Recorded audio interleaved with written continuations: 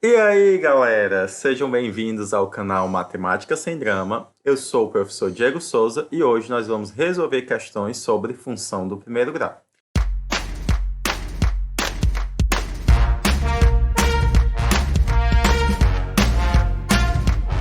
Se você ainda não assistiu a nossa aula de função do primeiro grau, clica no card que aparece aí em cima para assistir antes de resolver essas questões, tá bom? Vamos para as primeiras questões.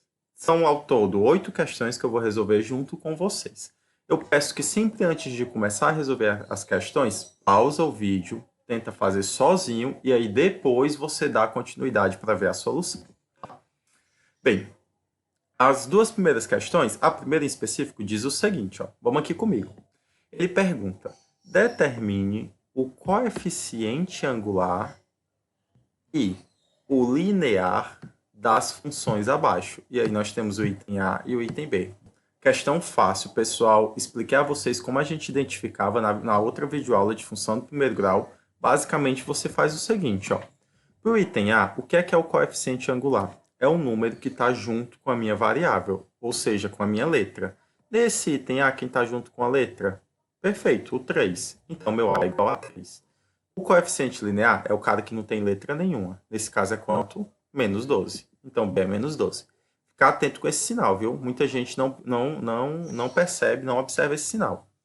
O item B é a mesma ideia. Quem seria meu coeficiente angular? Seria quem está junto com o x. Observe que como não tem número, é como se fosse 1, aí tem um sinal de menos, então menos 1. Já o nosso coeficiente linear, que é o b, ó, esse mais com esse menos fica menos. O professor pode ter menos no denominador? Pode, não tem problema nenhum. Mais com menos fica menos, então meu coeficiente linear é menos 1 meio, tá? Questão fácil, tranquila, vamos para a segunda. Segunda questão ele diz, ó, seja f de x, g de x e h de x três funções distintas, tá? Ele pede para a gente determinar esse item A, esse item B e esse item C. Eu não vou resolver os três itens porque eles são muito semelhantes. Eu vou escolher só um para resolver e os outros fica para vocês tentarem fazer. Legal! Bem louco! Vamos fazer o item B, tá? O item B, ele pede o seguinte. Ele quer que a gente calcule o f de 2, o g de 1/6 e depois some essas duas funções. Então, vamos começar pelo f de 2. Ó. O f de 2, para quem não lembra, vamos revisar aqui. Ó. Professor, preciso decorar? Não, você precisa entender. A função f é essa primeira de cima. Então, aqui tem f de x, aqui tem f de 2. Quer dizer que onde tem x eu substituí por 2. Então, na minha expressão toda, onde tem x eu vou substituir por 2. Como é menos x, então vai ficar menos 2 mais 22. Menos 2 mais 22 dá 20. Então, esse é o valor do f de 2. Cadê a minha função g aqui? Está aqui embaixo. E aí, a mesma ideia. Onde tem x, eu substituo por 1/6, 1/6. Então, vai ficar o g de 1/6.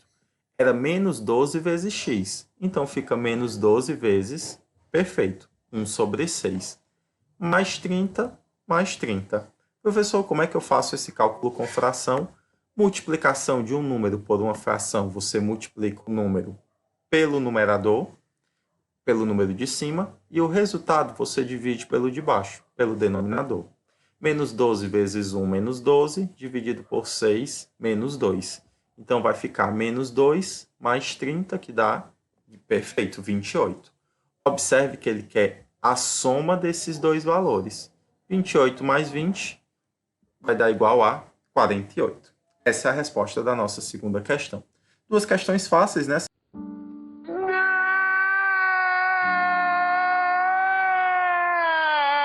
Nós podemos passar para a terceira. É semelhante à segunda questão. Ele dá a função f, dá a função g e dá a função h. Só que dessa vez, ele quer que a gente calcule, que determine o valor de x para o f de x ser igual a 45. O item B e o item C também estão aqui, né? É a mesma ideia. Todos são muito semelhantes. Vou escolher só um para resolver. Eu vou escolher o item C para a gente resolver. O A e B vai ficar para vocês tentarem fazer sozinhos, tá? Então, olha como é que vai ficar. O item C, ele usa a função h. Então, professor, eu vou precisar usar a função f e a função ag de maneira alguma. Essa seria só para os outros itens, tá bom? Olha o que ele me diz, ó. Ele me diz que o h de x é 1 sobre 2. Então, onde tem o h de x todo, eu vou substituir por 1 sobre 2. Então, vai ficar 2x menos 3 sobre 4 era igual a h de x, e h de x é 1 sobre 2. Como que eu faço para resolver essa equação do primeiro grau? Turma, eu acredito que na nossa plataforma já tenha o vídeo de equação do primeiro grau, por isso peço que você clique no card que aparece lá em cima, tá bom? Se a gente já tiver postado esse vídeo. A primeira coisa que você tem que fazer é o MMC dessas duas frações. Professor, que fração é essa que eu não estou observando aqui na frente? Quando não tem número embaixo, é como se fosse o número 1, tá bom?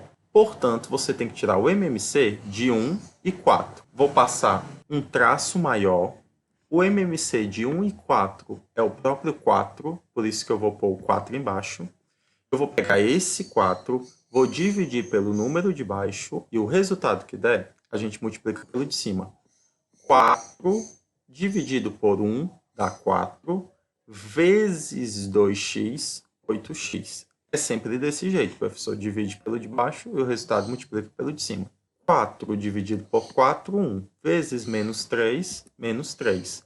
Aí, a gente repete 1 sobre 2. Agora, igualdade entre frações, a gente multiplica meio pelos extremos. Então, vai ficar, isso quer dizer que é em forma de x, ó. 2 vezes 8x menos 3 igual a 4 vezes 1. Professor, por que usou o parêntese? Porque se eu não coloco o parêntese, me parece que esse 2 fica só multiplicando 8x. E, na verdade, ele está multiplicando todo mundo. Por isso que eu não coloquei o parêntese. Sempre que eu tenho um número antes do parêntese, a gente multiplica esse valor por todo mundo que está aqui dentro. 2 vezes 8x, 16x. 2 vezes menos 3, menos 6. Isso continua sendo igual a 4. Ainda é uma equação do primeiro grau, e aí a gente sabe que, via de regra, só tem uma. Tudo que é letra de um lado, tudo que é número do outro. Então, a gente vai passar esse 6 que está negativo, outro lado positivo, ficando 16x igual 4 mais 6, 10. Como eu quero só o valor de x, o 16 que está multiplicando, eu jogo ele para o outro lado, também na operação inversa, então ele vai dividindo. Por isso, o nosso x é 10 sobre 16. Essa é a nossa resposta final da terceira questão, tá bom? Pode dar fração, professor? Pode, sem problema nenhum. Turma, existem outras maneiras de resolver essa questão. Se você ficou curioso, comenta aí, tá bom? Nos comentários, que aí depois eu posto para vocês. Vamos para a quarta questão. Pronto. Aqui, de fato, começam as questões importantes para a nossa prova. Por quê? Porque são as questões contextualizadas. Aí eu preciso que vocês entendam muito, muito bem. As 3 primeiras anteriores era só para ver se você entendeu a nossa videoaula anterior, tá bom? Bem, se não tentou fazer essa questão, pausa o vídeo e tenta fazer e depois dá continuidade para ver a resolução. Olha o que dizia a questão do Enem. A figura abaixo representa o boleto de cobrança da mensalidade de uma escola, referente ao mês de junho de 2008. Se MX é o valor, em média, em reais, da mensalidade a ser paga, em que o X é o número de dias em atraso, então. Aí ele me dá os itens com as funções e o boleto, né? Ó, vem aqui comigo. O que ele está pedindo nessa questão? Qual a habilidade que ele quer que você desenvolva? É o que a gente viu na última aula. Ele dá uma situação, problema, e dessa situação ele quer que você retire a função relacionando as grandezas envolvidas no problema. Professor, como é que eu faço isso? Primeiro a gente vai fazer o seguinte, vem aqui comigo. Ó. MX é o valor que ele vai pagar. Então, todos os itens tem MX, certo? Então, é a nossa resposta. Todos os itens têm MX. Então, obviamente, o valor que eu vou pagar é MX, que ele chama, e ele vai ser igual. Sempre eu pago quanto? No mínimo. Observe que o valor está aqui, R$500. Então, eu pago R$500 mais alguma coisa, Se eu atrasar, eu vou pagar mais algum determinado valor. Que valor é esse? E eu sei que eu atrasei a parcela, porque eu já tenho aí X dias de atraso, certo? Turma, acredita que estava bem aqui, a observação. É mesmo? Muita gente errou, porque não viu ou não interpretou, porque ainda tem uma interpretaçãozinha aqui, I'll have to ask my accountant about that.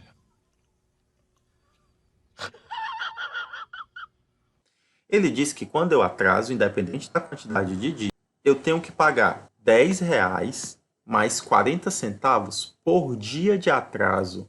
Observe que a quantidade de dias de atraso está aqui em cima. Ó. X é o número de dias de atraso. Então, esse valor aqui ó, é o X, que foi o tanto de dias que eu atrasei. Então, eu vou pagar R$ 500, que já é minha mensalidade, já é minha parcela, mais esses R$ 10 e mais 40 centavos por dia. Então, 40 centavos vezes o X. Por que aqui eu coloquei 0,40, né? 0,40? Porque, ó, esse valor ele está em reais e esse valor ele está em centavos, tá bom? Por isso que é 0,40x. Portanto, olha como fica nosso valor. O nosso MX será 500 mais 10, 510, mais 0,40x. Ou seja, nossa resposta item C. Professor, espero que vocês tenham entendido essa questão, que tenha ficado claro para todo mundo. Essa habilidade é muito importante para a prova do Enem, tá bom? Vamos para a quinta questão. Qual que é a ideia da quinta questão? É a mesma. Ele vai dar uma situação-problema. Dessa situação, ele vai pedir que você retire a função. Então, a gente continua na mesma habilidade. Essa questão ela é muito importante porque é muito recente, né? Caiu no Enem de 2019. Então, assim, ó, é muito, muito, muito recente mesmo. Por isso que a gente vai ter que ficar atentos a ela. Olha o que diz essa questão. Uma empresa tem diversos funcionários. Um deles é o gerente, que recebe R$ 1.000 por semana. Opa, dado numérico, eu já destaco. Os outros funcionários são diaristas. Cada um deles trabalha, opa, dado numérico, 2 dias por semana, recebendo R$ 80 por dia. Ora, se é 80 por dia e trabalham 2 dias, só aqui eu já sei que eles ganham 160. Chamando de X a quantidade total de funcionários da empresa e Y a quantia em reais que essa empresa gasta semanalmente para pagar seus funcionários é expressa por. Ó, olha como é que a gente vai fazer essa questão. Primeiro a gente vai organizar. O valor que eu vou pagar essa empresa, que eu estou chamando de Y, observe que é Y, todos os itens, ó, vai ser Y igual. Era R$ 80 por dia para os diaristas, só que os diaristas, eles trabalham 2 dias na semana. Então, 80 vezes 2, 160. Isso quer dizer que toda semana eles ganham R$ 160. Então, o valor que eu vou pagar por semana é esses R$ 160 dos diaristas que eu contratei. Só que eu contratei só um diarista? Não, ele diz que eu contratei X funcionários da empresa. Então, vamos supor que eu tenho X funcionários, então eu pago R$ 160 por semana para cada funcionário. Como eu tenho X funcionários na empresa, vezes X. Mas olha o detalhe e a sutileza dessa questão. Olha como é sutil. Toda semana eu pago R$ 160 a todos os funcionários? Não. Existe um funcionário específico que ele não ganha R$ 160 por semana. E o X aqui é a quantidade de funcionários total que eu tenho na empresa. Então, dessa quantidade, por esse não receber 160, eu preciso retirá-lo. Ou seja, vai ficar o tanto de funcionário menos 1. Professor, pelo amor de Deus, de onde que vem esse 1? O que é esse 1? Galera, esse 1 é o único cara que não ganha R$ 160 por semana. Esse cara, ele é o gerente. Ele não ganha R$ 160 por semana, ele ganha R$ 1.000. Sabia não? Por isso, o valor que eu pago na semana é R$ 160 vezes o número de funcionários menos ele, porque ele não ganha isso. Mas, professor, mas eu pago esse valor também, então é um gasto por semana? É. Por isso que eu vou somar os R$ 1.000 que eu gasto com ele. E aí, como é que fica a nossa expressão? Y igual um valor antes do parêntese, a gente distribui 160 vezes x, 160x, 160 vezes menos 1, menos 160, mais 1.000. Fazendo os cálculos, temos que o y é igual a 160x menos 160 mais 1.000, 840. Por isso, a nossa resposta é item D. Aposto que muita gente errou essa questão, confundiu, achava que vários itens aí poderia ser a resposta ou pior, nenhum deles poderia ser a resposta, tá? Essa questão de função do primeiro grau, quando você tira uma unidade da sua variável, é muito, muito comum e recorrente nas provas. Por isso que a gente vai trabalhar muito essa ideia, tá bom? Para reforçar junto com vocês. Espero que a questão tenha ficado claro, né? Tinha uma pegadinha aí, tá bom? Tinha uma sutileza na questão. Mas vamos continuar. Vamos para a nossa sexta questão. Essa também do Enem, e aí a ideia é a mesma. Situação, problema, tira a função da situação. Ele diz assim, um operário ganha R$3 por hora de trabalho por sua jornada semanal regular de trabalho, que é de 40 horas. Opa, ele ganha R$3 por hora e trabalha 40 horas por semana.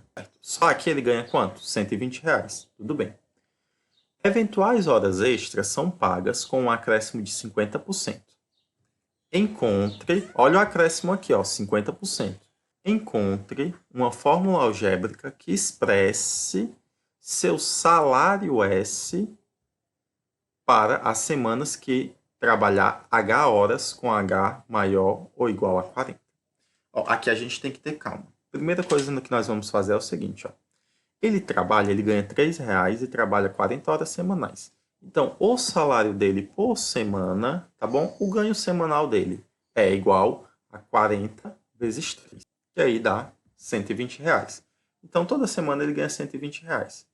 Só que existe também o valor pago pelas horas extras. Já o valor ganho pelas horas extras vai ser dado. A hora extra vale 50% a mais. Isso quer dizer o seguinte, a hora-aula não é R$3. Se eu ganho 50% a mais, eu vou ganhar quanto? Exatamente, R$4,50. Então, eu vou ganhar R$4,50. É R$4,50 vezes a quantidade de horas que eu trabalhei, que é o quanto H. Pessoal, aqui vai ser somente H.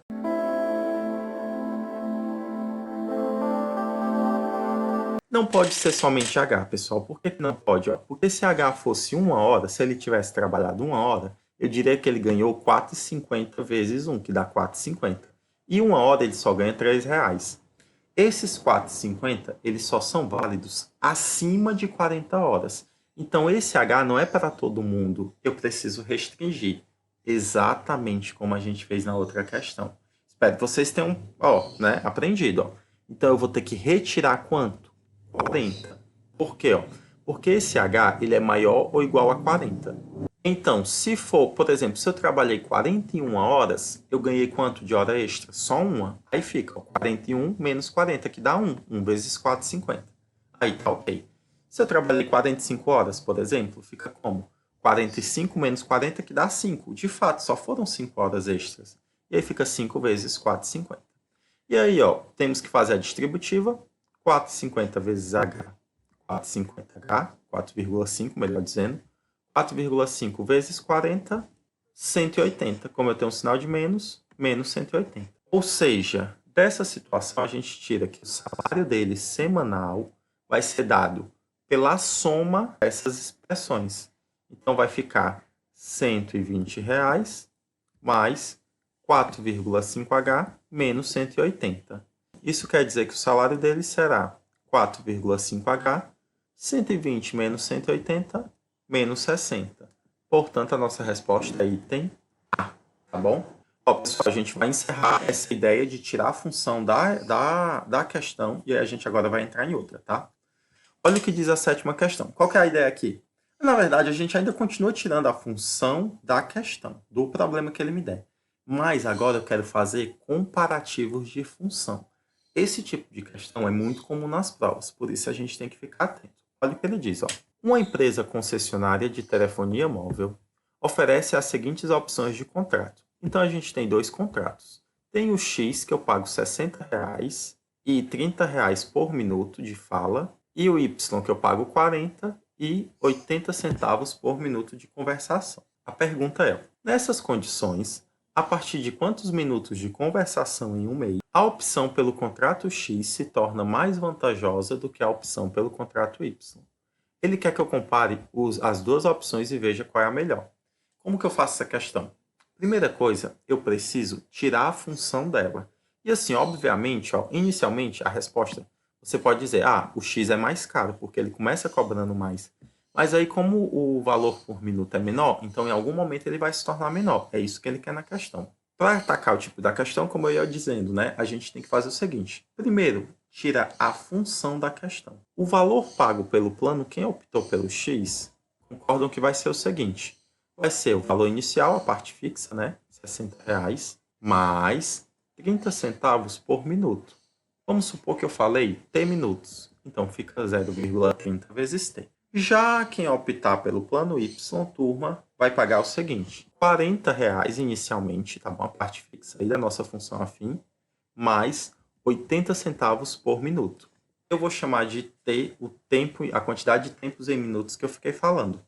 Observem que é o mesmo T nas duas situações, porque eu estou querendo comparar as duas. O tempo passa igual para as duas, tá? 3, 2, 1. Do enunciado, pessoal, quando ele diz que a opção pelo contrato X tem que ser mais vantajosa do que o Y, isso quer dizer que o X tem que ser menor do que o Y. Muita gente pensa que quando ele diz mais vantajosa, tem que ser maior. Mas não, porque isso quer dizer que eu tenho que pagar menos. Muita gente se confundiu nessa hora, tá?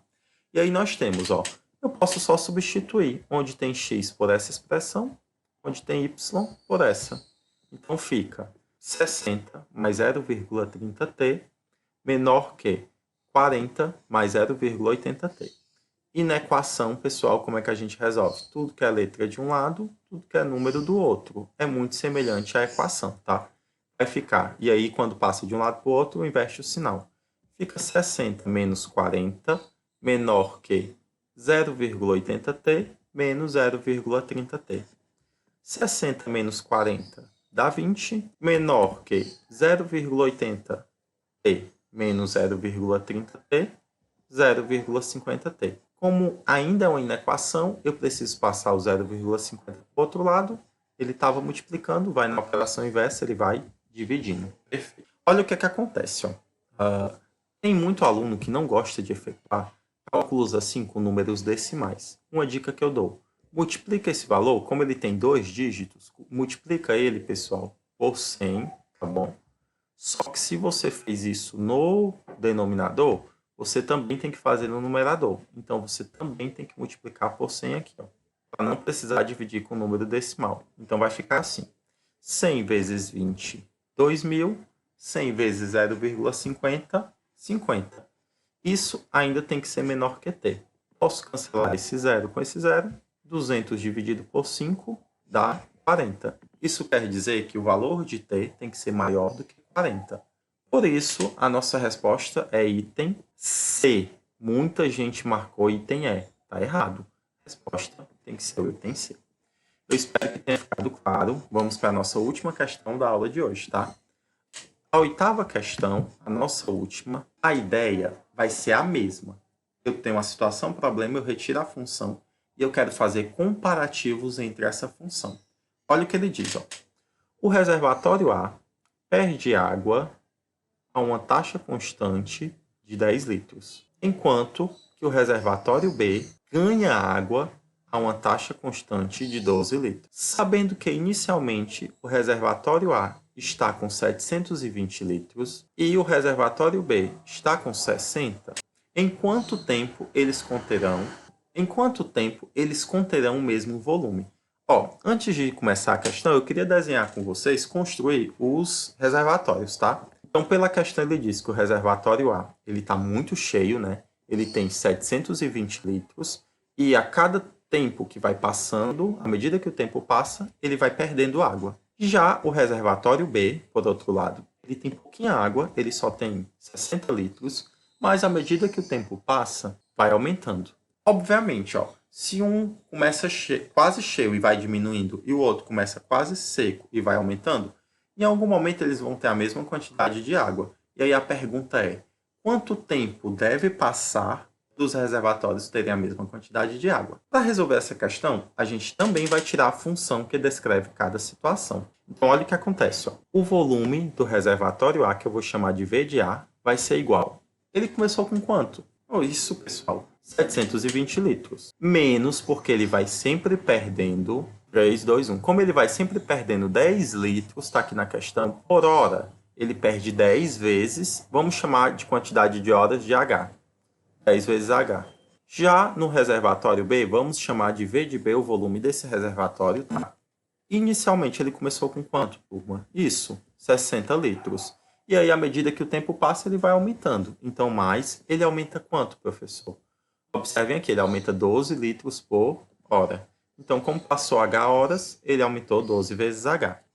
Do enunciado da questão, a gente tira que o volume de A, em algum momento vai ser igual ao volume de B. Eu posso fazer o seguinte, então. Onde tem V de A, eu posso substituir por essa expressão. Onde tem V de B, eu posso substituir por essa. Então, fica 720 menos 10H igual a 60 mais 12H.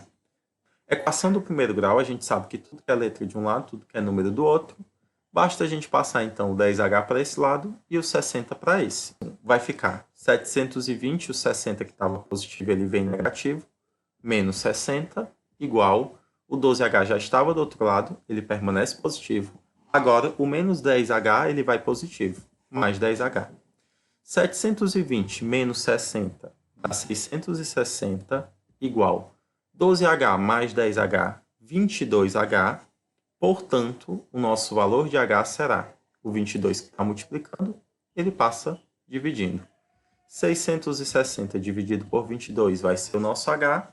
Dividindo aí 660 por 22, isso dá 30. Então, o nosso H tem que ser igual a 30. O que isso quer dizer? Se passar 30 horas, o volume nos dois sólidos será exatamente o mesmo. Professor, consigo conferir essa resposta? Galera, consegue. Para conferir essa resposta, é só substituir. Se o H aqui for igual a 30, 10 vezes 30 dá 300. 720 menos 300, isso dá 420. No segundo recipiente, vamos supor que passou 30 horas. 12 vezes 30 dá 360. 60 mais 360, perfeito, 420. Então, bateu nossa resposta. Portanto, o nosso item é o item C, 30 horas. Pessoal, vou encerrar essa aula aqui, tá? Mais essa aula. Espero que vocês tenham gostado. Por favor, quem gostou, curta, compartilha, se inscreve no canal para você receber sempre os vídeos assim que eu postar, tá? Segue a gente nas redes sociais também, Facebook e Instagram. No mais, pessoal, agradeço a atenção de vocês. E aí, o próximo vídeo a gente vai dar continuidade ao conteúdo de função do primeiro grau. Valeu, pessoal!